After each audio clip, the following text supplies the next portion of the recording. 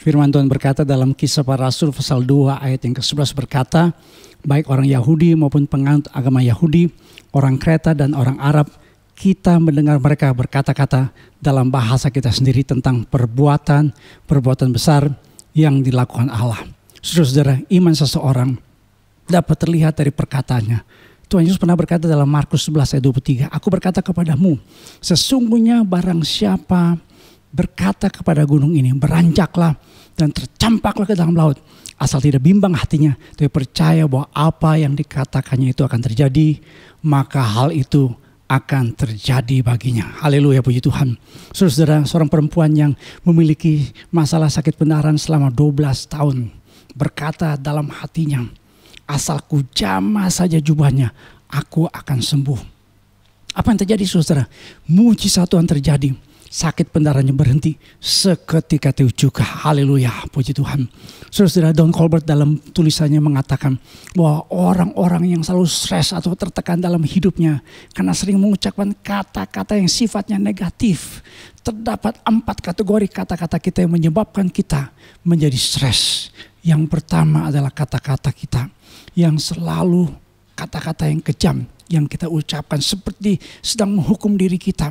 Orang Jakarta suka latah dan berkata, mati gua, hancur deh gua, cilaka nih gua, dan sebagainya. Kedua, kata Don Colbert adalah kata-kata yang penuh dengan kritikan, dengan berkata kepada dirinya sendiri, saya adalah orang yang gagal, payah, lemah, tak berdaya, dan seterusnya. Yang ketiga, kata Don Colbert, adalah kata-kata yang tidak menghargai keadaan dalam hidupnya. Padahal ada banyak berkat Tuhan yang telah dialami dalam hidupnya. Tapi yang keempat adalah orang-orang yang suka mengeluh, bersungut-sungut, suka ngegrundel. Musiknya musik rap yang kagak jelas. Saudara, orang Israel dalam perjanjian lama kita menemukan di padang gurun. Seringkali mereka berulang kali memperkatakan kata-kata yang membuat keadaan mereka di padang gurun bertambah buruk. Bangsa Israel sering mengeluh dan mengkritik, bahkan mereka memberontak terhadap pemimpin mereka yang bernama Musa di dalam berbagai situasi yang buruk. Dan saudara tahu akibatnya adalah apa? Bahwa satu generasi bangsa Israel tidak masuk tanah perjanjian kecuali Yosua dan Kaleb. Kenapa? Karena Yosua dan Kaleb tidak seperti bangsa Israel yang lain yang berkata-kata dalam situasi yang buruk, perkataan yang negatif. Saudara-saudara, ini yang harus kita alami dalam kehidupan kita. Di mana kita harus membuang kata-kata yang seringkali membuat kita bosan, bete, sebel, nggak tahu mau ngapain. Kita ngomong, aduh pengen cepet kerja, pengen ketemu teman, pengen kumpul-kumpul sama teman. Itu yang seringkali kita ucapkan. Kata-kata kita cenderung negatif dalam situasi yang buruk dalam hidup kita. Sebagai orang percaya, perkataan kita harus mengucapkan puji-pujian, nyanyian rohani, ucapan syukur dalam segala keadaan. Kita harus tetap dapat mengucap syukur, mengatakan kebesaran Tuhan. Pemazmur berkata begini dalam Mazmur 9 ayat yang kedua. Aku mau bersyukur kepada Tuhan dengan segala hatimu. Aku mau menceritakan segala perbuatanmu yang ajaib. Ayat 12 lebih lanjut mengatakan, bermazmurlah bagi Tuhan yang bersemayam di Sion. Beritakanlah perbuatan-perbuatannya di antara bangsa-bangsa. Perkataan yang membesarkan perbuatan Tuhan yang besar itu. Yang sebenarnya harus kita perkatakan. Bukan keluhan, bukan kata-kata yang grundel. Bukan tekanan hidup yang kita alami, yang kita kisahkan. Bukan kisah sedih di hari Minggu atau segala macam kejenuhan yang kita alami pada saat ini. Bagaimana kita dapat mengatakan tentang kebesaran Tuhan di tengah-tengah persoalan hidup kita saat ini. Pada hari Pentakosta, di mana orang-orang percaya dipenuhi oleh Roh Kudus, dicatat oleh Kisah Rasul 2 ayat yang ke-11. Orang-orang dari segala penjuru bangsa mendengar orang-orang percaya, murid-murid Kristus berkata-kata tentang perbuatan-perbuatan besar yang dilakukan oleh Allah. Ketika orang percaya dipenuhi oleh Roh Kudus, dari dalam hatinya mengalir aliran-aliran air hidup yang menyebabkan orang-orang percaya mengeluarkan perkataan-perkataan yang membesarkan perbuatan-perbuatan besar yang telah dilakukan oleh Allah kita. Efesus 5:18 mengatakan kepada kita, dan janganlah kamu mabuk oleh anggur. Kenapa? Karena anggur menimbulkan hawa nafsu. Tapi hendaklah kamu penuh dengan Roh Kudus. Efesus 5:19 menambahkan, dan berkata-katalah seorang kepada yang lain dalam mazmur, kidung, puji-pujian dan nyanyian rohani. Bernyanyi dan bersoraklah bagi Tuhan dengan segenap hati. Ayat 20 dikatakan, ucaplah syukur senantiasa atas segala sesuatu dalam nama Tuhan kita Yesus Kristus kepada Allah dan Bapa kita. Kepenuhan Roh Kudus tercermin dari perkataan orang-orang percaya yang dapat bermazmur, menyanyikan pujian, bersorak tentang kebesaran Tuhan, dan tetap mengucap syukur di tengah-tengah keadaan yang sulit sekalipun.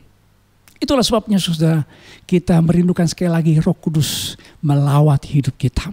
Kita akan mengadakan ibadah Pentakosta pada tanggal 31 Mei 2020 di channel YouTube GB Ebenezer Official. Kita akan beribadah bersama di 3 ibadah yang berbeda. Kita akan beribadah pada pukul 7.30, pukul 10, pukul 17. Tim pelayan EHK Ebenezer Kid juga mempersiapkan ibadah khusus buat anak-anak pada pukul 9 pagi yang pasti akan memberkati anak-anak kita.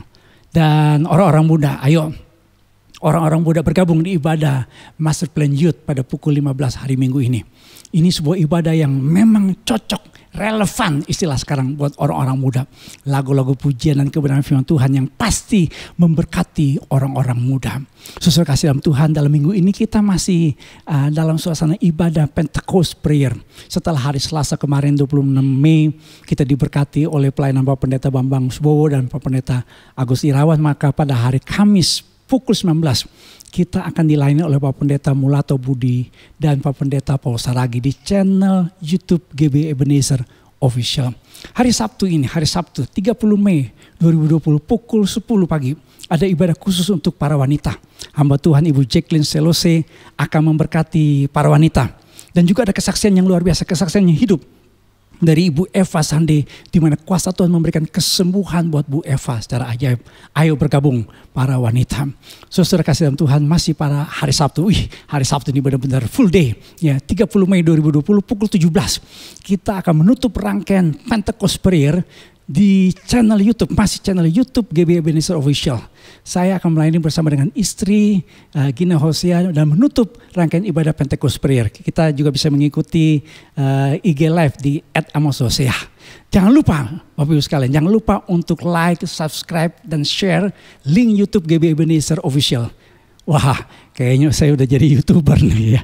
Saudara-saudara, di tengah-tengah pembatasan fisik atau PSBB ini, kita tetap ingin menyembah Tuhan dan tetap diberkati oleh kebenaran firman-Nya. Karena itulah kekuatan kita pada saat ini. Biarlah dalam ibadah-ibadah online yang kita lakukan bersama mendatangkan lawatan Tuhan dalam hidup kita. Miliki hati yang selalu rindu untuk dipenuhi dan dikuasai oleh Roh-Nya yang kudus. Sehingga perkataan kita adalah perkataan yang menyatakan perbuatan Tuhan yang ajaib. Haleluya. Dengan demikian kita percaya kasih, sukacita, damai sejahtera Tuhan Yesus Kristus selalu menyertai hidup kita dari sekarang sampai selama-lamanya. Amin. Tuhan memberkati. Shalom.